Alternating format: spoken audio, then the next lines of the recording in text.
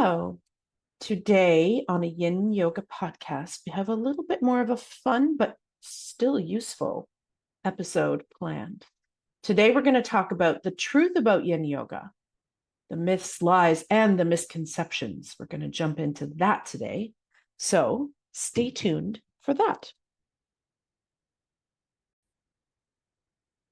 Okay, welcome to a Yin Yoga podcast. If you are new, welcome. If you are an old familiar, if you've been around for a while, welcome back. A couple of things I want to jump into before we discuss today's topic.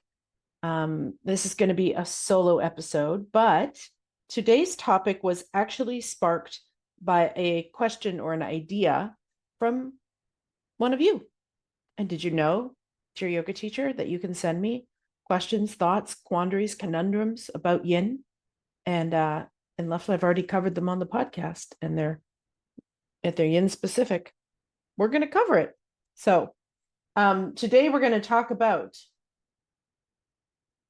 the truth about yin yoga, myths, lies, and misconceptions. We're going to go into some of that. But before we do, I wanted to share a little bit of podcast feedback that I've gotten. And I actually know who this was now that I'm looking at the handle. I'm currently taking teacher training, and I can't recommend her enough. She has the knowledge and passion for her subject and is a gifted communicator and teacher. The classes are the highlight of my week. For anyone interested in taking a deeper dive into yin, studying or practicing with Nick would be an excellent choice. Thank you, Kelly. That's Kelly C from NYC. I know who that is. That's just a little podcast and teacher training love all rolled up into one from Kelly. So today's topic was one that was suggested to me, and we'll get into that in just a moment. But I just want to remind everybody two things. If you're interested in learning from me, whether it's now or coming up in a future teacher training, if you're already a 200-hour or more yoga teacher and you want to dive deep into some yin with me, you should get yourself on the wait list, even if it's not for the next round, because the longer you're not on the wait list, the more likely you're missing out on all the free goodies I send to the wait list. So when you join the wait list, you get a free video, a free sequence, a bunch of other little nuggets from me. We get poetry. I'll share music. I'll share sneaky peeks behind the scenes also as it gets closer to registration opening. Also, you will get these podcast episodes in your inbox so you never miss one, and other things that inspire me along the way that are yin related. And then when registration opens, you get first crack. So anyone on the wait list gets early access to signing up before I start making it public, so to speak. And you'll also get a first 5 discount code when you sign up for the wait list. So the first 5 people that sign up from the wait list can take 25% off.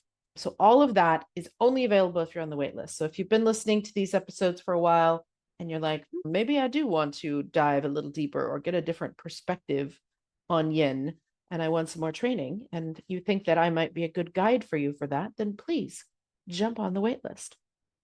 And you can do that by clicking, there's a link in all of the episode notes that says, get on the wait list. And when you're there, you just click that, you look way up, there's a picture of me at the top of the page.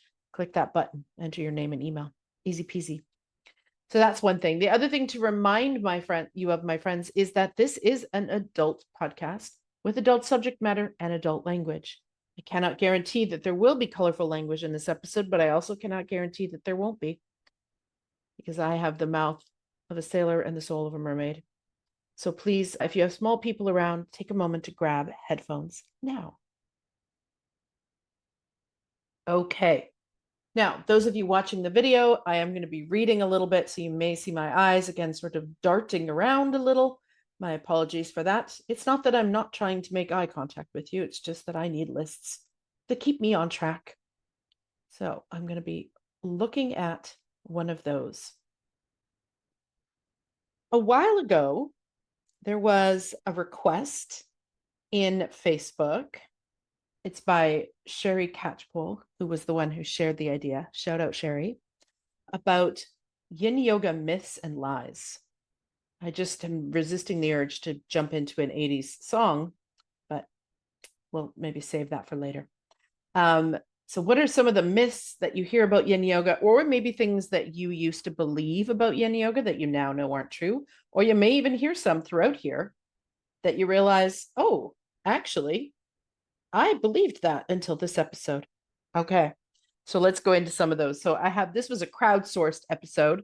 I have the original Facebook post on my phone here, and we'll go over some of these. So I'll share mine that I listed first, that you don't need yin yoga teacher training to teach yin.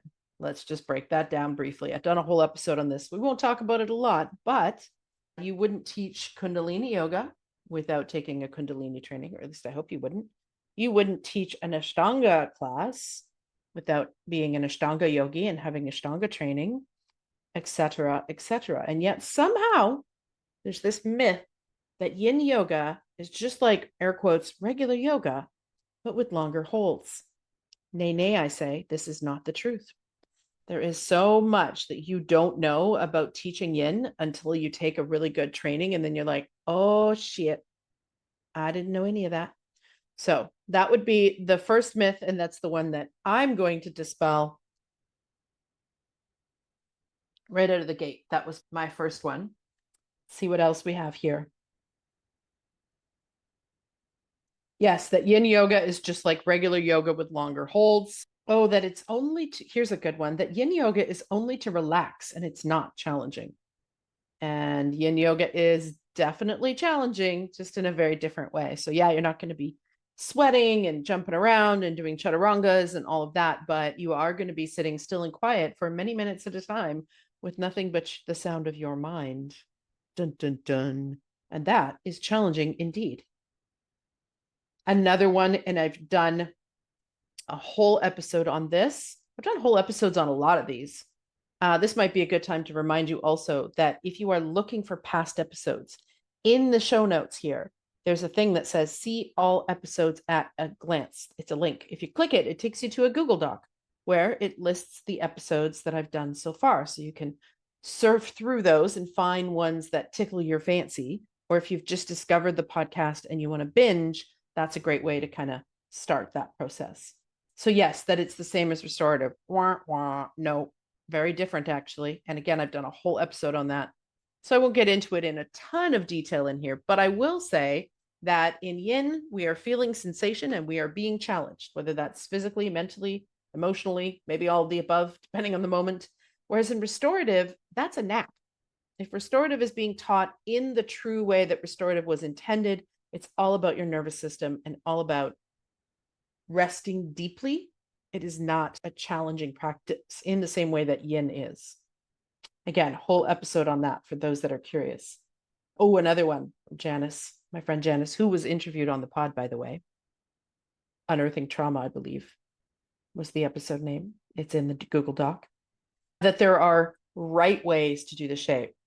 One of the first ways I can tell if somebody's got yin training or not is if they're talking about alignment in yin.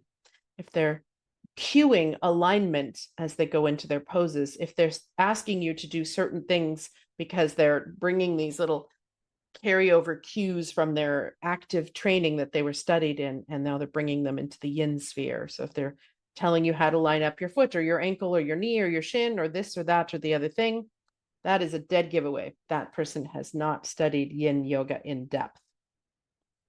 There's going to be a bunch from Bernie. I'll get to those in a moment, because there's a lot of people that have some like old, outdated kind of safety concerns and concepts about yin. So we'll get into those in a moment. Here's another one from Molly Hogan, that you must practice cold. Absolutely no warming up, no heated rooms. Wah, wah. Not true. Now, you don't need to do a warm up to practice yin. It's not like other styles of yoga where you spend the first part of the class warming up. Don't need them, but it's fine if you've just come from a run and now you want to do some yin. We talk about this in depth in the interview with Bernie Clark, which is a fantastic episode, by the way. And you can listen to that again by clicking that link in the show notes that says all episodes at a glance. Oh, Nikki, a good one. And that it's dangerous to stretch the joints.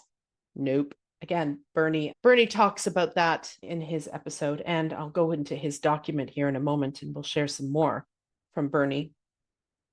Nikki again says that yin yoga is the best entry point into yoga for beginners. If she had a dollar for every student in the sales team sent to a yin class for their free trial saying it was an easy class. Whoa. Okay. Again, not necessarily. I did do a whole episode on this too, whether or not yin is for beginners. And we can't say yes or no. It depends on the beginner, right? Like you might have a beginner who really wants to kind of dive deep into themselves. They want some quiet, they want some self-care, they actually want to learn meditation. That person could be a beginner, or they could be the sparkly showboat vinyasa bunny beginner to yin. So we can't say yin is or isn't for beginners. It really just depends what people are walking in the door with. But this misconception that it would be a easy or gentle class, again, big misconception.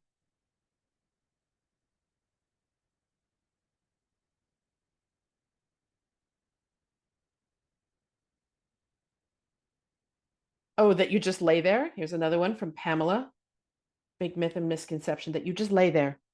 And she says, way more than that happens. Yes, because when you just lay there and get still and quiet, that's when all the things that you don't normally pay attention to become present. Oh, this one's interesting. Daphne Luke, who's also been on the podcast, my friends.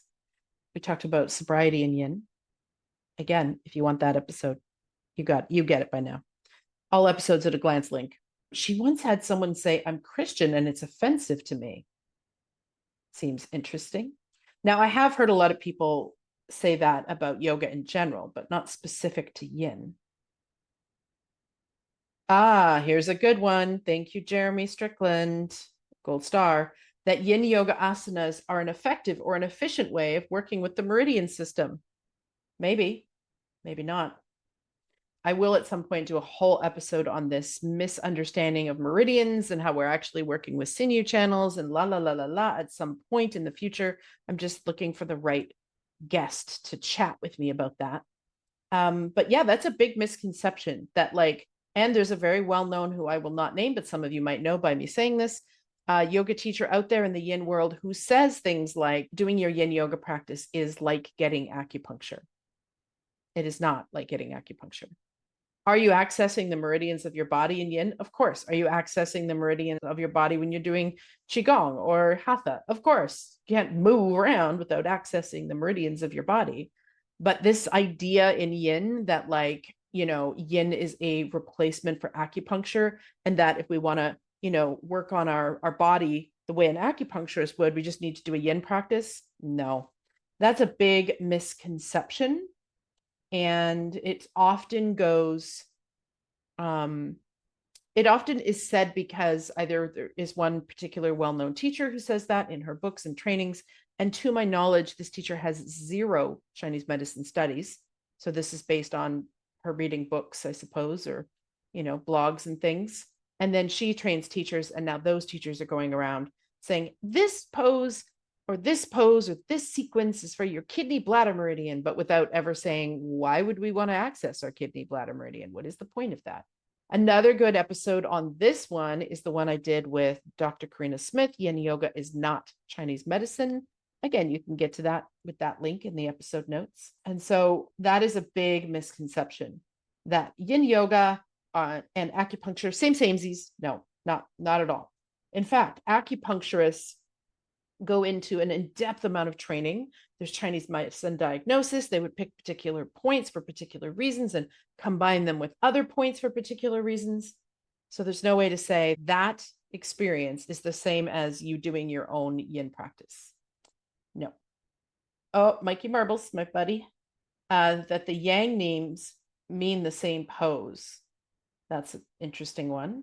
And that props aren't encouraged, or if you're using them, you're taking the easy route. Oh, huge pet peeve of mine. Whether or not you insert a prop in a practice depends on how accessible you want the practice to be, how much you want to be able to relax into the pose, and the particular person and body and their skeleton doing the pose. I did a whole episode on props with my friend Addie D. Hilster. So you can check that episode out. This is a bit of a bone of contention with her and I, that people think as soon as you pull a bolster off the shelf that now you're not doing yin, you're doing restorative, and that we don't use props, that they're just crutches.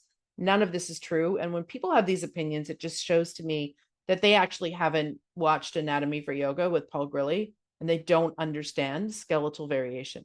And if you're like right now thinking, oh shit, I think that's me. There's also a link for Anatomy for Yoga by Paul Grilley in the episode notes. Cannot encourage you, whether you're already a yin teacher or not, to watch that, because it's not yin specific. It's specific to human bodies and the lies that we've been told about, air quotes, alignment. So definitely check that episode out. Oh, that it's boring. That's another big misconception, that yin yoga is boring. 2 episodes I would highlight for this one. Yin yoga is not entertainment, is one that I've done, a solo episode. And then one of the things that Janice said in her Unearthing Trauma episode is that she doesn't understand how people can say that it's boring if you're actually dropping into yourself. I'm paraphrasing her here. How could you say that's boring? Like, are you boring? Is what's happening in your body boring? Is what's happening in your mind boring? I don't think so. But of course, if you are one of those sparkly showboat vinyasa bunny people who's like all about the pump and playlist and a new sequence that looks more like dance routine than actual yoga, and this is what you're used to, then yeah, maybe laying around on the floor might feel boring. But I would say then that's the teacher's job, is to guide you into the subtle nuances of the things that we can pay attention to, and practicing interoception in yin yoga that we wouldn't be doing in a more active form of yoga. So that's a good one too, that it's boring. That you shouldn't do it if it's hard for you to calm your mind. This is such a good one. This one is by Tara Fairhead. Yes, Tara. I mean, I don't like yin because it's challenging on my mind. That's the same misconception that people have with meditation. Oh, I'm not good at meditation because I have a busy mind. Everyone in the world has a busy mind. I'm going to say that once again a little louder. Everyone in the world has a busy mind. I did an episode on yin yoga and the mind. You could check that out for more. But knowing that and normalizing this. So if you're a teacher and you just don't mention this to your students, no wonder they think they're not good at yin, or they suck at yin, or they're not going to enjoy yin, because they think that they should be able to lay there still quiet and have a void in their mind with no thoughts. That's not real life. That you shouldn't do it if it's hard to calm your mind. Not maybe a myth, but she says, I don't like yin because firstly, they don't get it since they haven't spent enough time experiencing. And that's exactly what she's saying. This may be an actual symptom of needing more yin in their lives. People have a hard time slowing down and allowing stillness and softness in their bodies. And culturally, we need more of it. Great list already. Yes, and my friend Lita says, and who is also interviewed on the podcast, I feel like this is like a roundup of all of the other guests that I've had. It was not my intention. It's just when I posted this on Facebook, I tagged a few people to get the conversation going. And she says there's a big misunderstanding or lack of understanding that props can actually be used to intensify, not just add support. And I would agree. In fact, I do some poses in my yin classes that you can't even do without props. So definitely they can make the pose more accessible, easier, or more intense, or just possible. All of those things are true. Bridget says that it's the best way to become more flexible. And I asked her, which way do you think works better? That's an interesting thought and question. I do not have an answer for that. Oh, this is a good one. Laura Lenders, that the rebound, that little pause between poses, is not necessary, and that we'll skip that and move immediately to the next pose. Oh, this really bugs me. I did a whole episode on that called Honoring the Rebound you could listen to. But yes, I would say that taking that little pause to notice, to allow your body to assimilate what you've done, and to notice that little space between no longer and not yet, and to watch the process of your body unfolding and the sensations over time, super essential. And I would actually say, if you're not including a rebound time, and I know myself and a couple colleagues agree with this one, that you're not really practicing yin. Okay. This is Amy Lee Santovio. Again, with the props, but this, I just like the way she says, is that the moment you use props, it becomes restorative, as in you shouldn't use props in yin. Otherwise, you're not practicing yin. She says, it makes me so mad. You can pry my props from my get cold dead hands. I agree. I agree. Oh, this one's interesting. Linda Williams says one thing that she's heard is that you don't get anything out of yin yoga. My question wonders what they're looking for specifically that they're not getting. That it's just stretching and that any pose held for a long time can be considered yin. Nope. Oh, Jackie, one of my fellow admins in a yin yoga network group, posted, why should I take a yin yoga training when I can just read books in yin and teach the practice or go to other teachers' yin classes? Two, I've been teaching yin for yoga for years and I don't need to take a yin training in order to teach yin. That you only create molecules of fluid in postures with compression, not tension. That's interesting. I never heard that before. But yes, see, lots of teachers out there think, you don't need a yin training to take yin. Yes, I would say you do. Oh, Angel, one myth she often hears is that yin yoga is not real yoga. Yeah. People don't really understand the history of the yoga they've been practicing then, if that's the way they feel. So, for example, if you look at super old yoga books and the way they recommend practice, like Hatha Yoga Pradipika, for example, all of the recommended hold times in those shapes are minutes at a time. So although Paul Grilley kind of codified yin yoga, put a name on it, started teaching it, built out his practice or his pose families, et cetera, what he calls archetypes, started training teachers in it. This is not a brand new approach. Neither is resting between poses. In the Shivananda tradition, you lay down and you rest between poses and you notice. So, like, these are not new things. That's another common myth that I've heard is that, well, I mean, yin yoga is only like 20 years old. No, maybe you could say that Paul codifying yin yoga, Paul Grilley, and making it popular is 20 years old, although it's much older at this point.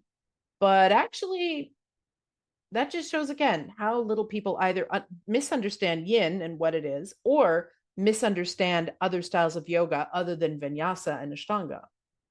So interesting stuff. Oh, yin yoga is only for flexible people. That's a good one. I guess if the teacher doesn't use props, you might think that. You might think that about any style of yoga, though. If you go onto Instagram and you hashtag yoga, you're going to see a whole bunch of super unaccessible poses done by bodies that are super bendy and, able-bodied and thin and all of that stuff. That doesn't mean that that's actually what yoga is. Yoga's got a PR problem. That would be a misconception for sure. Oh, that yin is too slow to be effective. Oh, that's an interesting one. It depends what you mean by effective. I mean, if you're trying to like get your sweat on and get some really active yoga and get your heart rate going, et cetera, then yes, yin's not going to be effective for that. But it depends on what you're looking for. Because what yin is good at, it is highly effective. Oh, here's another good one.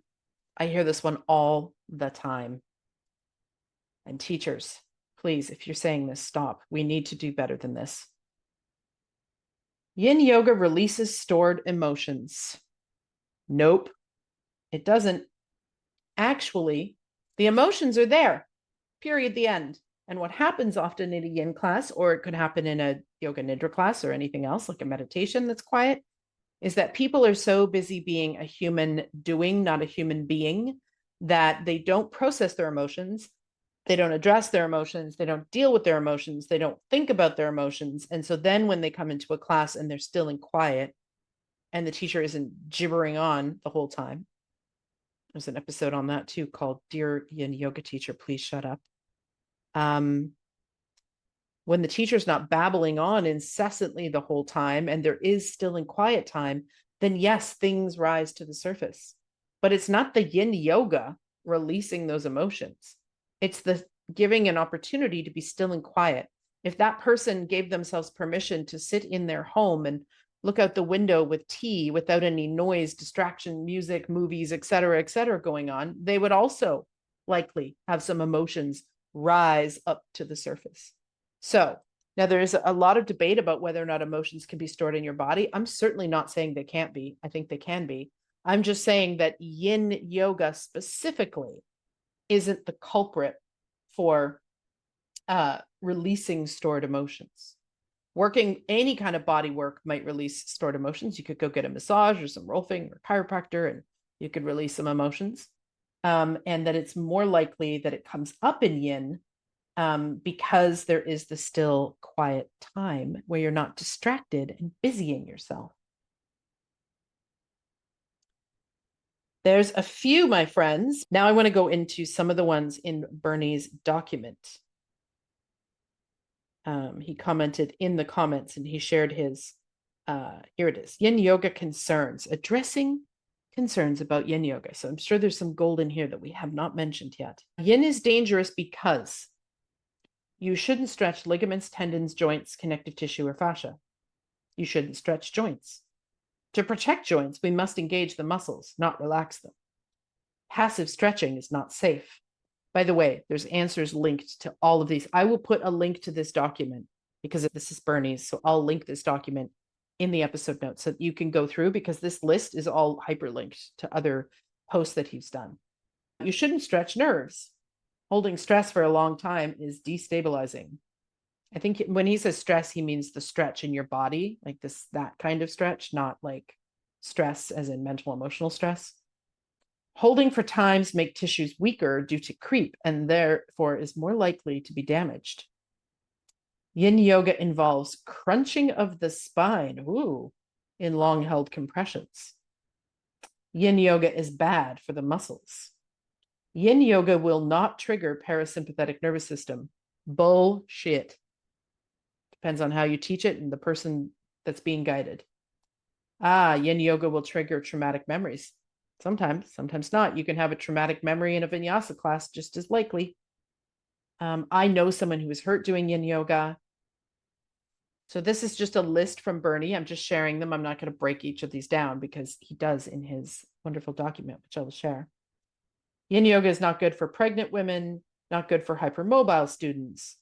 I did an episode on both of those, pre-postnatal concerns and hypermobility in yin. Highly recommend you check those out.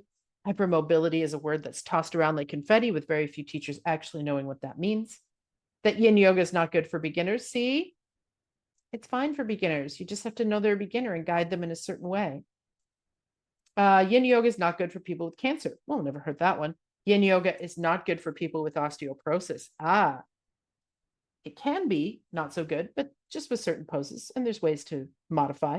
I'm hoping, by the way, if you're listening, friends, and you know of an expert in osteoporosis who also happens to have yin training, can you please tag me, find their website, send it to me, something. I found someone who I thought would be lovely, but some people are shy about being on podcasts, and I really want to do an episode on osteoporosis and yin. That yin is not good for people with fibromyalgia. Yin is not good for athletes. Wow. Actually, I think athletes are one of the best populations for yin. You just have to know when they're training and work around their schedule. And we did a whole episode on that with Tiffany Cruikshank called Yin Yoga for Athletes. Other miscellaneous concerns. There's no scientific proof that yin yoga works, that yin yoga comes from martial arts and it's an advanced or extreme practice. No. That Polly Zink doesn't like, air quotes, popular yin yoga. That would be one for me to read. That yin yoga is not a complete practice. Yin is Chinese, yoga is Indian. The two don't mix. Hot yin is bad, or yin yoga is simply restorative yoga. So those are a bunch that Bernie's got articles written about on his website. So again, I will link this article, Yin Yoga Concerns, in the episode notes so that you can click it. And then any of these that interest you, you can click on because they're all hyperlinked and then you can read more. So my friends, I just thought this would be a little bit of a fun episode to do, learning a bit more about some of the lies and myths that are out there about yin yoga and what the actual truth is of the matter. Again, I mentioned a crap load of episodes that you could check out. I've done episodes on a lot of these myths and misconceptions, and that's the reason I did the episodes. And then, of course, I will also include Bernie's link to his document, which is a link I include in all my teacher trainings. so that you can check out some of the ones that I just mentioned here near the end that were from Bernie. You can read up more on those. I hope that you found this helpful, entertaining. Maybe you had some ahas yourself, or maybe you're just going to bookmark this episode so that you can share it with everybody who says one of these things out loud to you. And you can go, you know what? No. Listen to this. And if I missed some myths and misconceptions that you have heard about Yin Yoga, if I get enough of them, I'll do a part 2. So feel free to get at me on Instagram, send me a DM. If you're on Spotify, you can leave me a comment under this episode. Did I miss any misconceptions? Or is there any of these that you believed and now you've listened to this episode and you're like, oh, I better go investigate that a bit more. So whether you're on Spotify or YouTube, you can leave me comments. If you're listening on Apple, feel free to get at me on Instagram at YinYoga Podcast or at Nick Danu. Both of those are also linked in the show notes that you can give me a follow. And I'd love to hear more about this.